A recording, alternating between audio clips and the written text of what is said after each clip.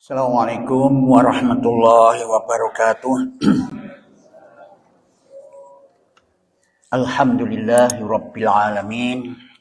Wassalatu wassalamu ala asrafil anbiya wal mursalin wa ala alihi wa sahbihi ajma'in. Rabbi shrah li sadri wa yassir li amri wahlul 'uqdatam min lisani yafqahu qawli. Rabbi habli hukman walhiqni bis sholihin. Bismillahilladzi la yadurru ma asmihi syai'un fil ardi wala fis sama'i wa huwas samiul alim. Bismillahilladzi la yadurru ma asmihi syai'un fil ardi wala fis sama'i wa huwas samiul alim. Bismillahilladzi la yadurru ma asmihi syai'un fil ardi wala fis sama'i wa huwas samiul alim. Bismillahi tawakkaltu 'ala Allah la haula wala quwwata illa billah. A'udzu billahi minasy syaithanir rajim. Bismillahirrahmanirrahim. Alhamdulillahi rabbil alamin. Ar-Rahmanir Rahim. Maliki yaumiddin. Iyyaka na'budu wa iyyaka nasta'in. Ihdinas siratal mustaqim. Siratal ladzina an'amta 'alaihim ghairil maghdubi 'alaihim waladdallin. Amin. Ayat ke-6. Ya.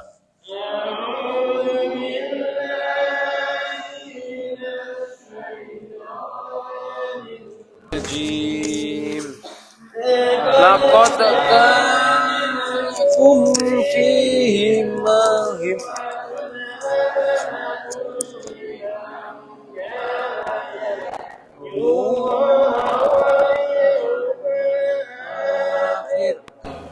Wa man yatawalla fa inna Allaha huwal ghaniyyul hamid. Asallahu an yaj'ala bainakum wa bainal ladzina 'adaitum minhum mawaddah wallahu qadir wallahu ghafurur rahim. La yanhaakumullahu 'anil ladzina lam yuqatilukum fid dini wa lam yukhrijukum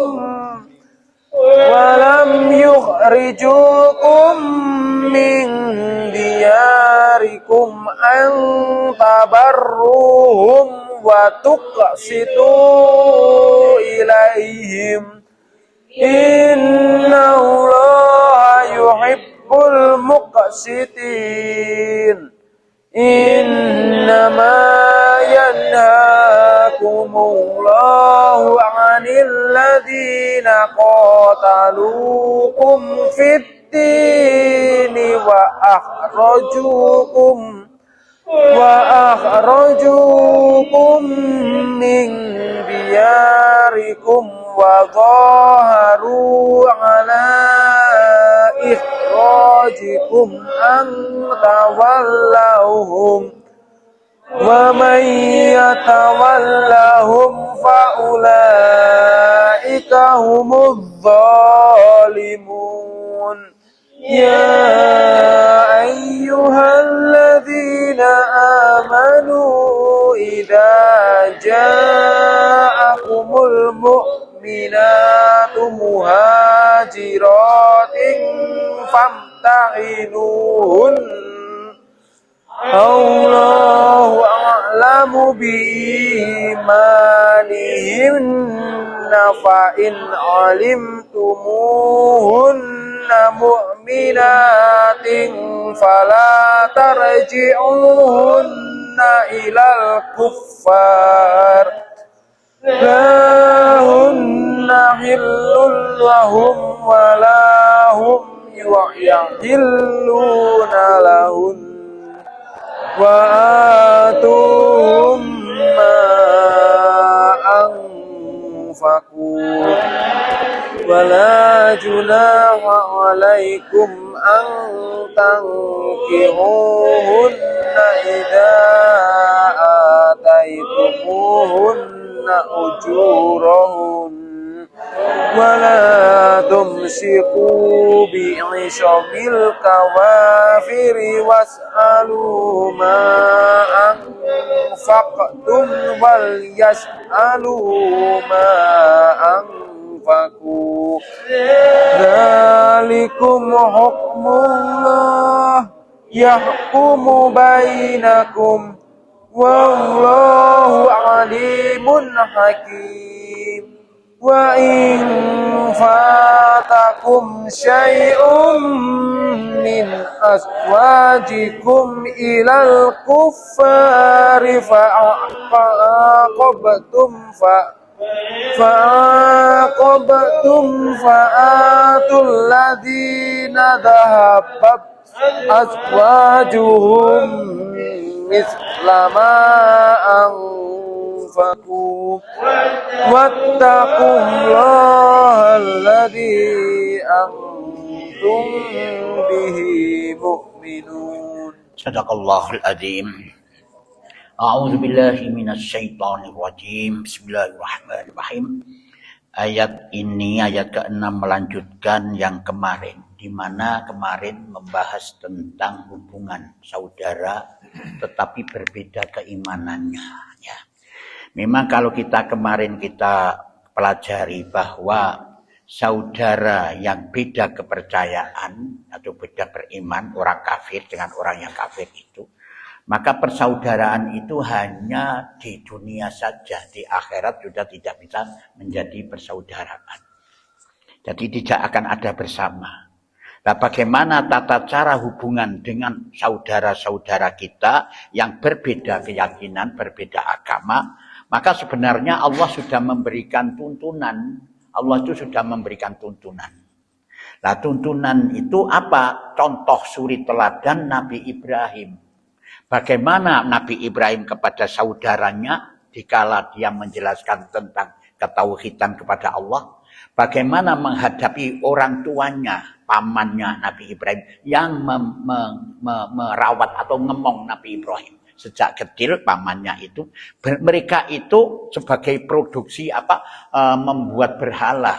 Ya, terus bagaimana sikap dan perilaku itu Nabi Ibrahim hebat, sangat hebat sekali, bagus. Jadi rasa kasih sayang itu tumbuhkan terlebih dahulu dalam rangka mengingatkan yang beda agama itu tidak sampai terjadi kegegeran itulah. Jadi ini Allah menunjukkan sebenarnya ono suri teladan yang baik pada Nabi Ibrahim yang perlu kita jadikan sebagai contoh suri teladan itu. Nah, maka lanjutannya ayat.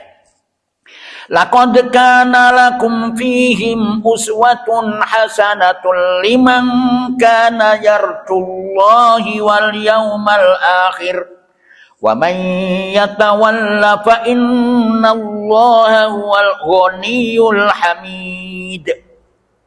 Laqad kana lakum sak temene sesungguhnya telah ada bagi kalian fihim uswatun hasanah, yaitu teladan yang baik daripada mereka itu hasanatul liman kana yarjullaha wal yaumil akhir, yaitu bagi orang-orang yang mengharap pahala Allah dan hari akhirat.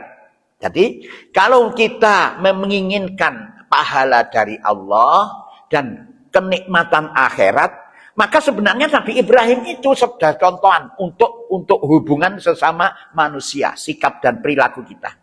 Nah, kalau kita dilihat dari ini, maka perlu seorang teladan Ya toh? Perlu enggak seorang teladan? Perlu sebagai contoh ya apa sing.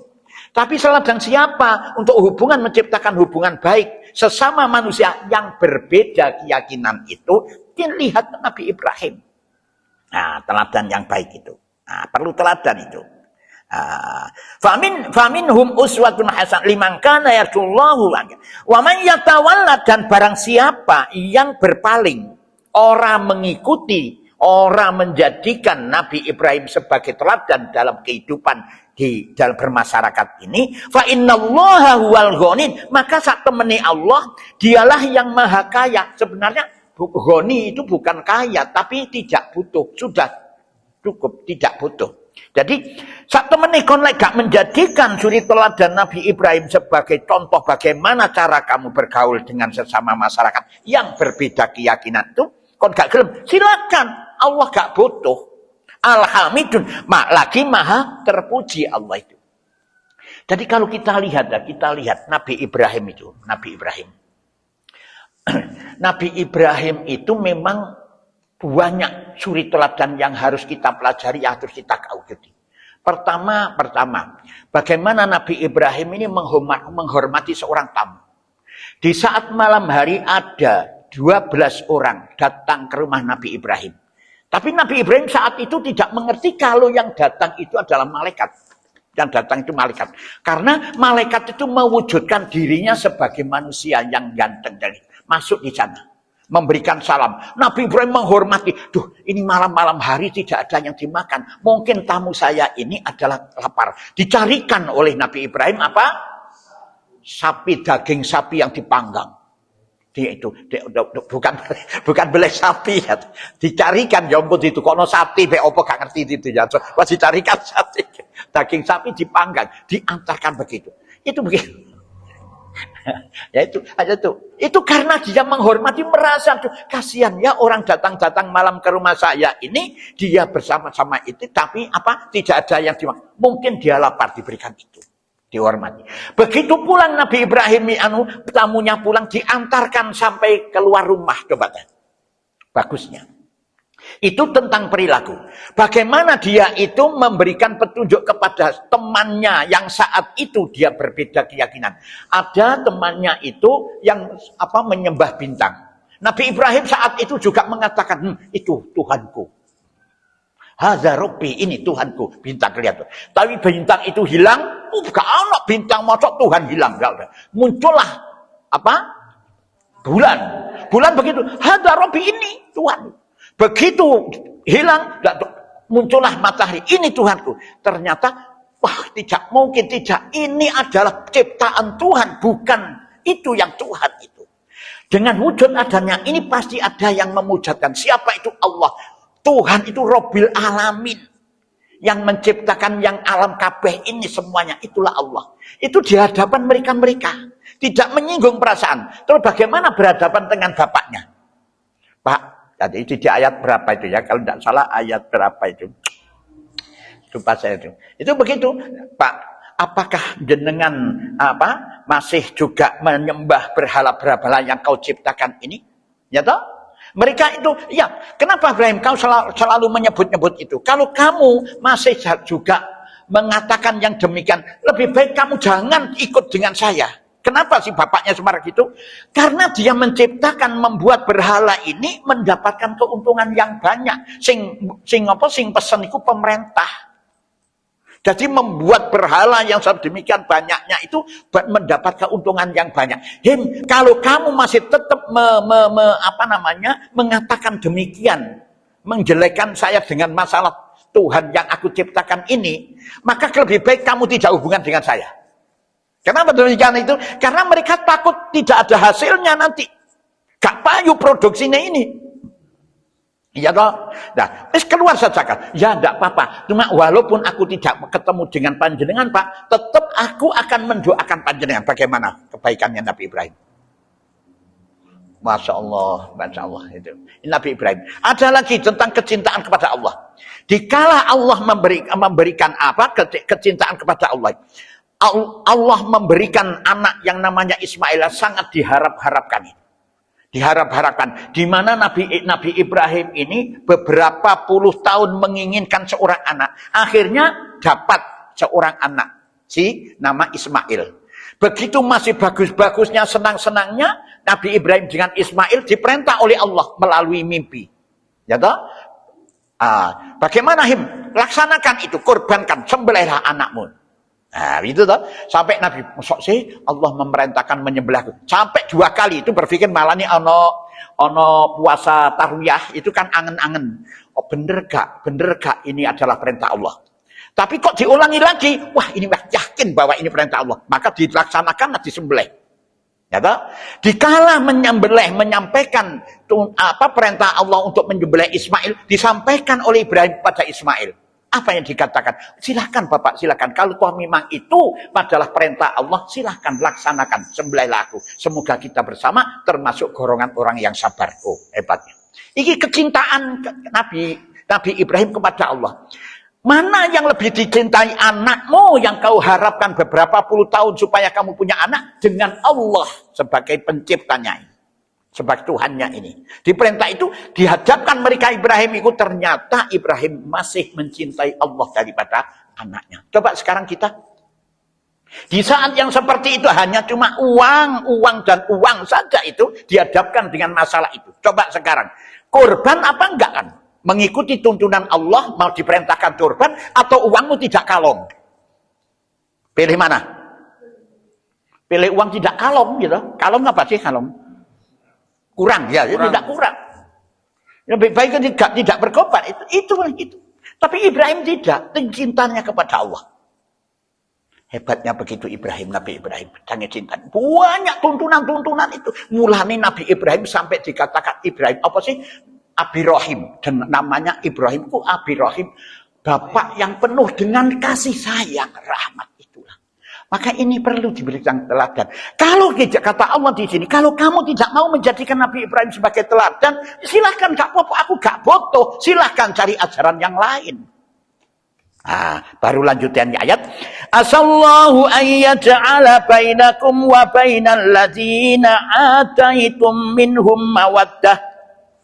Wallahu qadir, wallahu ghafurur rahim. Asallah itu mudah-mudahan.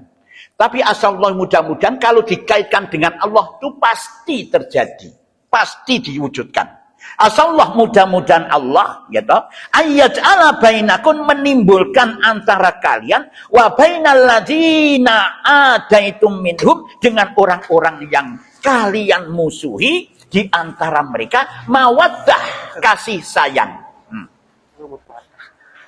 Jadi kalau toh kita kamu melakukan sesuatu yang baik sebagaimana kebaikan Nabi Ibrahim ini, mudah-mudahan Allah benar. Apa terjadi apa tidak, mudah-mudahan pasti terjadi. Mudah-mudahan Allah ini bukan beda dengan mudah-mudahan kita bisa naik haji, itu gak mudah. Tapi Allah Maha Kaya. Tadi apa yang disampaikan Allah mudah-mudahan ini pasti terjadi. Kalau kenjenengan mudah-mudahan aku isoleh duit kon kok tak tukokno sepeda. Dan umpamane ngono, tak tukokno sepeda. Ini belum bisa terjadi. Kapan oleh duit ora duit-duit. Tapi lek bisa oleh duit mesti ditukokno sepeda. Allah Maha Kaya, karo mudah-mudahan. Ini pasti terjadi.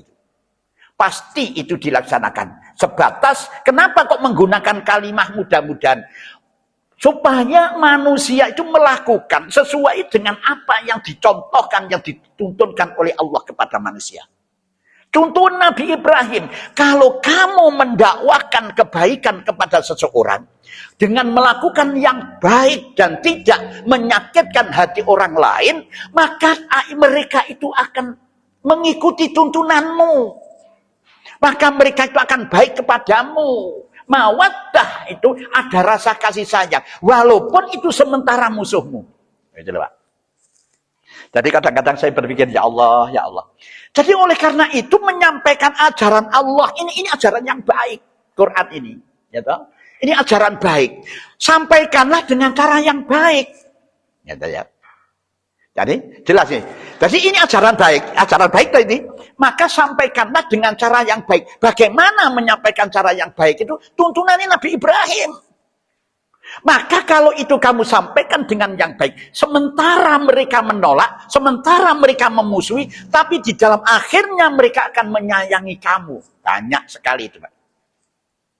Ya toh? Akhirnya apa? Sekarang ini banyak, ya toh? Terbukti ini. Saya menyampaikan ini banyak. Memang benar Pak Hafid. Memang benar Pak Hafid. Banyak kan itu? Itu. Tapi sampaikan secara baik. Itu loh. Jadi kebaikan yang kamu sampaikan kepada umat baik, maka umat itu nanti akan sadar. Kenapa demikian? Karena kebaikan itu akan nampak di dalam hati seseorang itu. Ya toh? Angen-angen, iya ya aku bener salah. Baik, bener, baik itu. Nah ini salah satu bukti Nabi Muhammad. Nabi Muhammad pada saat beliau mau umroh ke Mekah, ya toh, dari Madinah bersama 1.500 sahabat Nabi, diajak semuanya. Di sana dicegat oleh orang kafir, ya toh, ada di Hudaybiyah. Terjadilah perjanjian Hudaybiyah, di mana isi perjanjian Hudaybiyah itu sangat memojokkan orang Islam. Orang Madinah yang ada di Mekah maka tidak perlu dikembalikan ke Madinah. Orang Mekah yang ada di Madinah maka perlu dikembalikan ke itu perjanjiannya. Sampai Sayyidina Umar itu, Muhammad Rasul, ini perjanjian ini sangat menekan, mempersempit gerak kita, menguntungkan mereka. Apa yang dikatakan oleh Umar? Sudahlah kamu diam, Umar.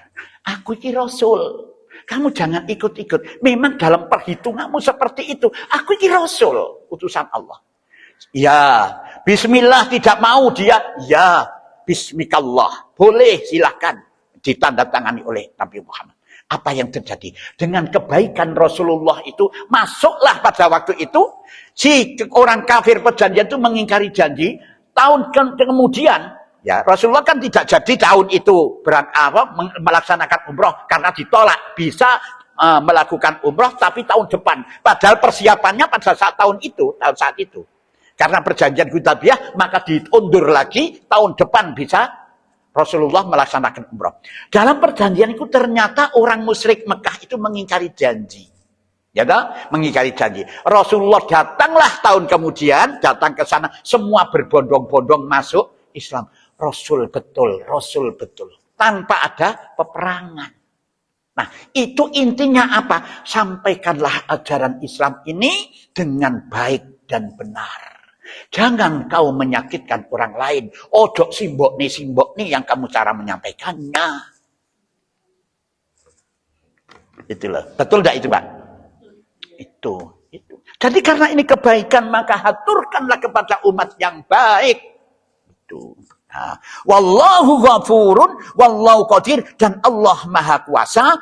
Wallahu qadir, wallahu ghafurun, dan Allah maha pengampun. Rahimun, lagi maha penyayang. Itu. Jadi kalau Allah kuasa, maka akan digugah hati mereka, hati orang-orang itu berpikir yang benar. Bener ya, bener. Akhirnya mengakui.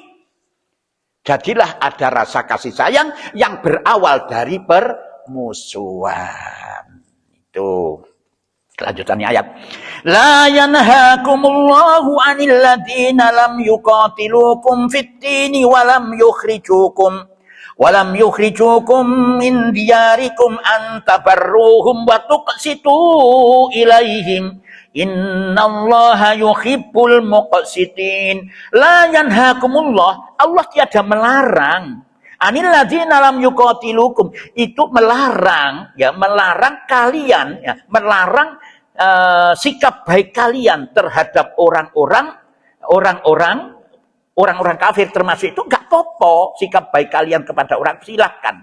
Yang penting mereka itu tidak memerangi kalian, ya toh, disebabkan fitin, dikarenakan agama. Kamu boleh hubungan baik dengan siapapun, walaupun itu kafir, munafik, dan lain sebagainya. Tetapi jangan asalkan mereka itu tidak menganiaya kamu disebabkan kamu percaya kepada Allah, kamu beriman kepada Allah, kamu menyampaikan ajaran Allah. Dan tidak mengusir kalian dari negeri kalian untuk berbuat baik kepada mereka. Nah, dan tidak mengusir kalian dari negerinya. Silakan. Asalkan dia baik dengan kamu, maka kamu harus melakukan baik. Walaupun mereka itu non-muslim, bukan seorang muslim. Itu. Tetapi kalau dia jahat kepadamu, jangan. Nah itu, ya itu. Waktu situ dan berlaku adillah. Ilaihim terhadap mereka. Innallaha sa'tamani Gusti Allah yuhibbul muqsitin, menyukai orang-orang yang adil. Di sini menggunakan muqsitin, muqtasid. Ya toh? Jadi adil yang menyenangkan. Ciptakan sesuatu yang win-win solution cara ini sekarang modern, ya. Bahasa modern ini. Jadi sing sama suka dan suka, senang dan senang itu loh. Ciptakan walaupun kamu hubungan dengan seorang yang bukan sama keimanannya dengan kamu. Itu yang saling menyenangkan itu muqtasi, bukan bil adl, bil qisṭ. Bil qisṭ. Itu yang sama-sama menyenangkan. Jadi kamu harus baik dengan mereka itu. Nah, asalkan mereka satu tidak memerangi kamu dikarenakan kamu beriman dan tidak mengusir kamu dari daerah itu. Silakan. Nah, baru innama yanhaakumullahu 'anil ladzina qataluukum fid-dini wa akhrajukum min diyarikum wa dhaharu 'ala ikhrajikum an tawallahum wa man yatawallahum faulaika humudz zalimun. Sesungguhnya Allah hanya melarang kalian terhadap orang-orang yang memerangi kalian karena agama. Itu melarang hubungan dengan orang yang memerangi kalian karena agama. Dan mengusir kalian dari negeri kalian. Dan membantu ala ikhrajikum antawallauhum, untuk mengusir kalian, untuk menjadikan mereka sebagai kawan kalian. Nah, jadi setelah jadi musuhnya, ono seseorang yang jadi munafik itu kongon membantu dia. Oh, itu ojo. Jadi wong sing suruhan orang musuhmu ini untuk mendekati kamu, di mana nanti dijadikan sebagai temanmu. Nah, ini dijadikan alat untuk mengusir kamu. Iku ojo. Rinci betul itu, Pak. Quran rinci betul. Tuntunan begitu. Itu ojo. Jadi jangan kamu baik dengan mereka. Wa may yatawallahum faulaika mudzalimun. Dan barang siapa yang menjadikan mereka sebagai kawan itu tadi, orang yang memusuhi kamu itu, maka mereka itulah orang-orang sing zalim. Nah, mulanya ada istilah percaya dengan orang-orang yang nakal, ya toh? Berteman, mempercayai kepada orang-orang yang bejat, maka itu ada potensi bahwa kamu akan dizolimi. Ya toh? Menyangka buruk kepada orang yang baik, ada potensi kamu menzolimi. Betul tak? Ya, jelas. Saya ulangi ya. Kalau kamu mempercayai kepada orang-orang yang zolim, orang-orang yang nakal, orang-orang yang rusak, maka ada potensi orang yang rusak ini menzolimi kamu.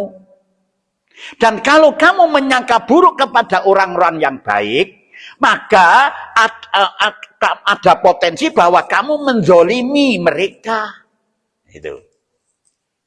Mulanya ono potensi, ono indikator tidak baik, maka ya sudahlah, hanya kebaikan sebatas itu saja, baik itu saja. Ya toh? Jadi jangan sampai kamu percaya dan lain sebagainya, supaya kamu tidak dizolimi oleh mereka. Itu. Jadi yang dilarang oleh Allah itu karena mengusir kamu karena itu, karena agama. Ala ikhrajikum antawallahum, untuk mengusir kalian dan untuk menjadikan mereka sebagai kawan kalian. Faman yatawallahum faulaika mudzalimun. Itu. Jadi apa yang kita lakukan ayat ini, apa yang kita lakukan itu semua karena Allah, Pak. Kamu benci karena Allah, kamu rindu karena Allah, kamu cinta pun karena Allah. Berikan sesuatu kepada siapapun, bukan karena apa-apa, karena Allah. Itu kalau sudah begitu baik. Nah, sekarang lihat sekarang perjanjian. Sampai ini diterangkan bagaimana sekurang istri yang berbeda. Kan masalah gini. Rasulullah, sekarang ayat selanjutnya, Rasulullah itu hijrah ke Madinah.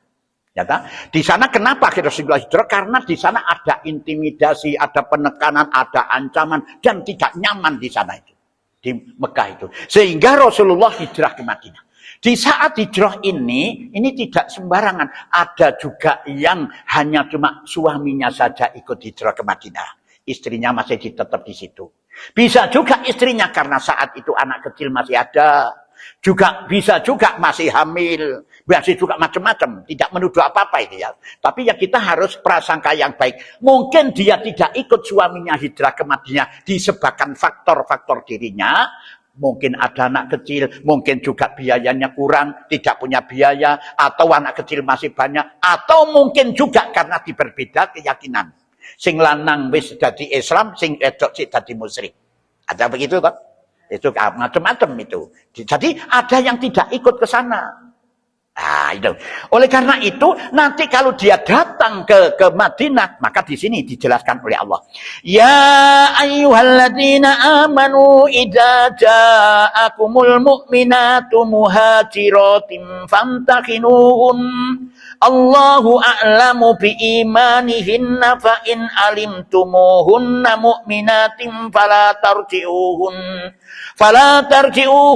ilal kuffar. La hunna khillul lahum wa la hum yakhilluna lahum wa atuhum ma anfaqu wa la junaha alaikum an tankihuhunna idza ataitumuhunna ujurahun wa la tumsiku bi ismil qawafiri was'alu bi wala tumsiku bi ismil bi'isomil kawafiri was'alu ma anfaqtum wal yas'alu ma anfaqu dalikum hukmullah yahkumu bainakum wallahu alimun hakim. Ya ayyuhalladzina amanu, hai orang-orang yang beriman, idza ja'akumul mu'minatu, ya, apabila datang kepada kalian perempuan-perempuan yang beriman, secara lesan dia mengatakan beriman, datang ke Madinah, muhajirati untuk berhijrah kepadamu itu, maka bagaimana? Famtakhinuhun, maka hendaklah kalian uji mereka. Takonono, benar gak kamu beriman? Apakah kamu datang kemari itu karena kamu itu memang mengakui sadar dan ingin mempelajari atau ingin masuk Islam, beriman pada Allah, ataukah kamu ini datang kemari karena ingin tahu bojomu dan lain sebagainya? Itu tanya dulu itu. Sebab dia itu bisa bicara baik, bicara beriman di hadapanmu lesani, tapi hatine nanti. Maka tanyalah itu. Nah, itu tuntunannya. Allahu a'lamu bi imanihinna fa in alimtumuhun. Allah telah mengetahui tentang keimanan mereka. Maka jika kalian telah mengetahui bahwa mereka mukminatin fala tarji'uhunna, benar-benar beriman, maka janganlah kalian kembalikan mereka ke Mekah. Nah, Allah itu tidak menyuruhmu begitu, itu bukan Allah tidak tahu. Allah itu tahu. Tetapi supaya kamu mengetahui dengan akalmu bahwa orang perempuan yang datang ini memang benar-benar beriman atau mereka tidak beriman kepada Allah. Itu. Ini tuntunannya, kamu laksanakan itu. Nah, kalau toh memang benar-benar dia beriman, maka janganlah perempuan ini kamu kembalikan ke Mekah. Jangan. Karena apa? Tidak boleh orang kafir itu berhubungan dengan perempuan mukminat. Jangan kalian kembalikan mereka ilal kufar, kepada orang kafir. Nah, bisa juga orang perempuan yang datang ke Madinah itu memang suaminya ada di Madinah. Atau bisa juga dia itu epok-epok saja. Sarah yang dititipi oleh oleh siapa itu? Dititipi surat siapa? Hatib itu dititipi surat itu jangan begitu. Dia mengatakan beriman, tapi dia kan wanita penghibur. Wanita penghibur bukan nakal, bukan apa itu, tukang nyanyi. Dia memang sepi dari nyanyi itu karena situasi dan kondisi. Mungkin ono corona sama itu tadi sepi, gitu. Gak iso nyanyi. Maka dia datang ke sana. Malah Rasulullah menyarankan supaya bantu mereka. Akhirnya dititipi surat oleh Hatib itu ke saudaranya itu yang ada di Mekah yang masih musyrik itu. Bisa juga demikian. Maka oleh karena itu, tesen ujin dulu ini. Nah, kalau toh memang dia itu beriman, maka jangan kamu kembalikan ke Mekah. Ya toh? Nah, kepada orang-orang kafir. Mereka tidak halal bagi orang-orang kafir itu, dan orang-orang kafir itu tiada halal pula bagi mereka. Ya toh? Ojo sampai gak halal. Wong wedok di setubui orang kafir tidak boleh, gak halal. Itu. Jadi lek wis merono, ya wis lek merono jangan. Jangan dikembalikan sana.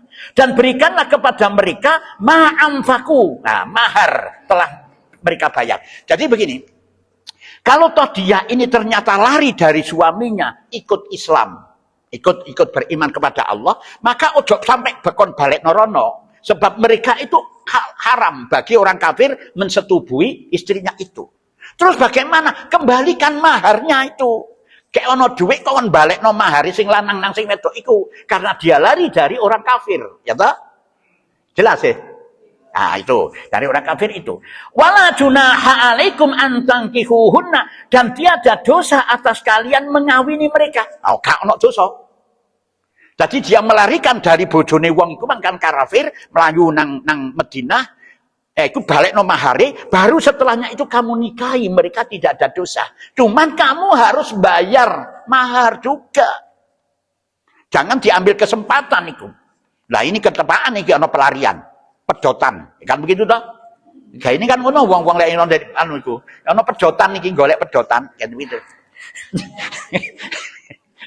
Jangan begitu. Idza ataitumuhunna ujurahun, apabila kalian bayar kepada mereka maharnya, wala tumsiku, dan janganlah kalian tetap berpegang bi asomil kawafiri, pada tali perkawinan dengan perempuan-perempuan kafir. Lah wis gak oleh. Lek kalau kan sudah kamu bayar maharnya itu, maka sudahlah itu akan menjadi milikmu. Tetapi kalau mereka itu lari dari kamu menjadi kafir, maka jangan itu. Maka ojo dipertahankan tali perkawinan dengan perempuan kafir, ya toh? Apalagi kalau dia lari kepada ke Mekah dari Madinah Mekah, pengen nang Mekah maneh, dia wis ojo dipertahankan itu, biarkan sudah. Nah terus bagaimana? Was'alu, dan hendaklah kalian minta ma'amfaktum, apa yang telah kalian nafkahkan, mahar. Lah nek iku jaluken nang bojomu sing mlayu nang kafir iku jaluken mahari. Nah, jalur mahari. Lalu gak duwe. Wal yas'alu, nah, mahar kalian itu yang telah kalian berikan marga berupa itu apa saja kepada orang kafir. Wal yas'alu ma'amfaku, dan hendaklah mereka meminta mahar yang telah mereka bayar. Itu jalukan bayar. Zalikum hukmullah yahkumu bainakum. Demikian itulah Allah menetapkan, dan Allah ditetapkan oleh Allah di antara kalian. Wallahu alimun hakim, dan Allah maha mengetahui lagi maha bijaksana. Itu. Nah ini ada. Jadi wong Islam sing bojone melayu nang kafir, maka jalukan niki mahar. Ternyata mereka tidak mau membayar mahar. Nah ini ada kelanjutannya. Wa in fa'atakum syai'um min azwajikum ilal kuffari fa'aqabtum fa'atul ladina dhahabat azwajuhum mithla ma anfaqu wattaqullaha alladzi antum bihi mu'minun. Fa in fa'atakum syai'um min azwajikum, dan jika seseorang dari istri-istri kalian ku lari, ya toh, lari nang wong kafir ilal kufar, itu kepada orang kafir, nah, dalam keadaan murtad mungkin itu, fa'aqabtum, lalu kalian mengalahkan mereka. Lah ya toh, iku kan gak dijaluk, kan gak oleh, gak gelem bayar toh wedok iku mang mahar balekno lek kon mlayu teko aku, karena kamu ingin kembali ke Mekah melok kafir, ya wis balekno, kan gak gelem toh, gak akan bayar iku. Mereka. Maka apabila kamu bisa menyerang Mekah itu, mengalahkan Mekah, memerangi mereka kemudian itu, memerangi itu kemudian kamu mendapatkan ghanimah dari hasil rampasan perang, Fa'atul ladzina zahabat azwajum, maka bayarkanlah kepada orang-orang yang istrinya lari itu. Moko ghanimah sak gurunge kon jukuk sebagai hak bersama, jukun sik des bayarno kepada orang mukmin sing bojone melayu iku mang. Jelas? Jelas ya? Jadi sing bojone melayu iku mang, sing wedok melayu karena kafir gak mungkin balekno mahar toh. Nah, kalau kamu sudah menguasai menyerang orang-orang Mekah, dia kalah, maka kamu akan mendapatkan ghanimah. Moko ghanimah sak gurunge kamu kuasai menjadi hak milik bersama, potongan niku balekno nang wong mukmin sing bojone melayu iku mang. Jelas? Nah, itu lari itu. Mislama anfaku, mahar sebanyak yang telah mereka bayar. Piro jumlah itu? Bayar itu. Wattaqullahallazi antum bihi mu'minun, dan bertakwalah kepada Allah yang kepadanya lah kalian beriman. Ya Allah, alhamdulillah. Itulah jelas ya. Jadi anak tuntunan itulah. Nah, jadi ini loh Pak, kadang-kadang saya berpikir begini. Al-Quran itu begitulah indahnya. Tapi kalau kita tidak mau menggunakan pikiran dan memikirkan ayat-ayat Quran ini, maka kepercayaan kita kepada Quran ini akan menuju kepada ritual. Jurusannya jadi dukun gitu loh.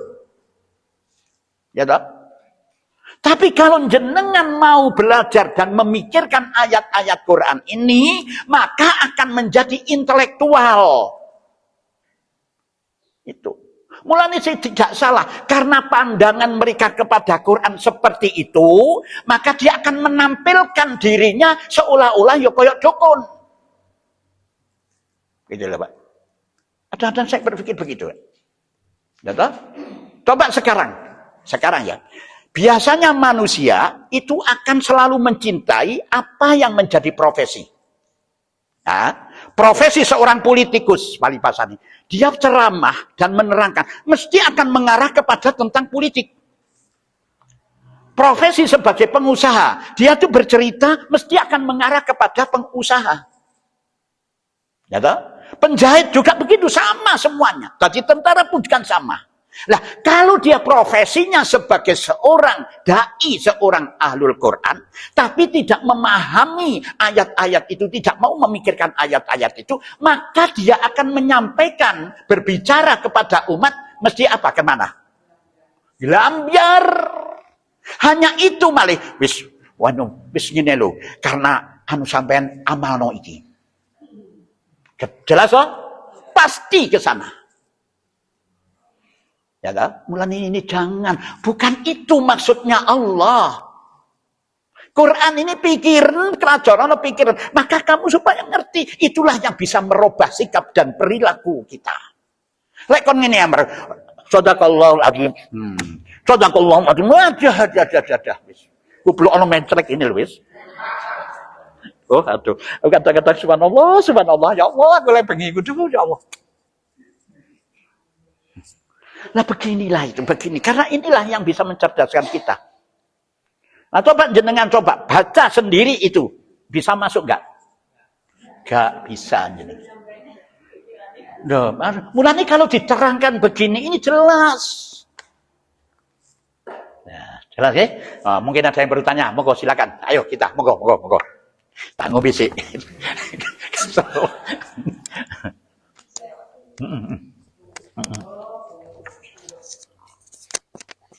Berkaitan dengan ayat yang barusan, ini untuk versi sekarang ya, apakah bisa ditarik kesimpulan seperti ini? Kalau ada seorang istri itu menggugat cerai suami karena suaminya tidak sholat, istilahnya suami yang mungkar ya, apakah ini ada kewajiban untuk mengembalikan maharnya si istri ini? Menggugat suami. Dengan suami yang tidak taat, istilahnya bisa dikatakan suami yang ya tidak menjalankan syariat seperti itulah. Apakah ada kewajiban seorang istri yang menggugat itu mengembalikan maharnya?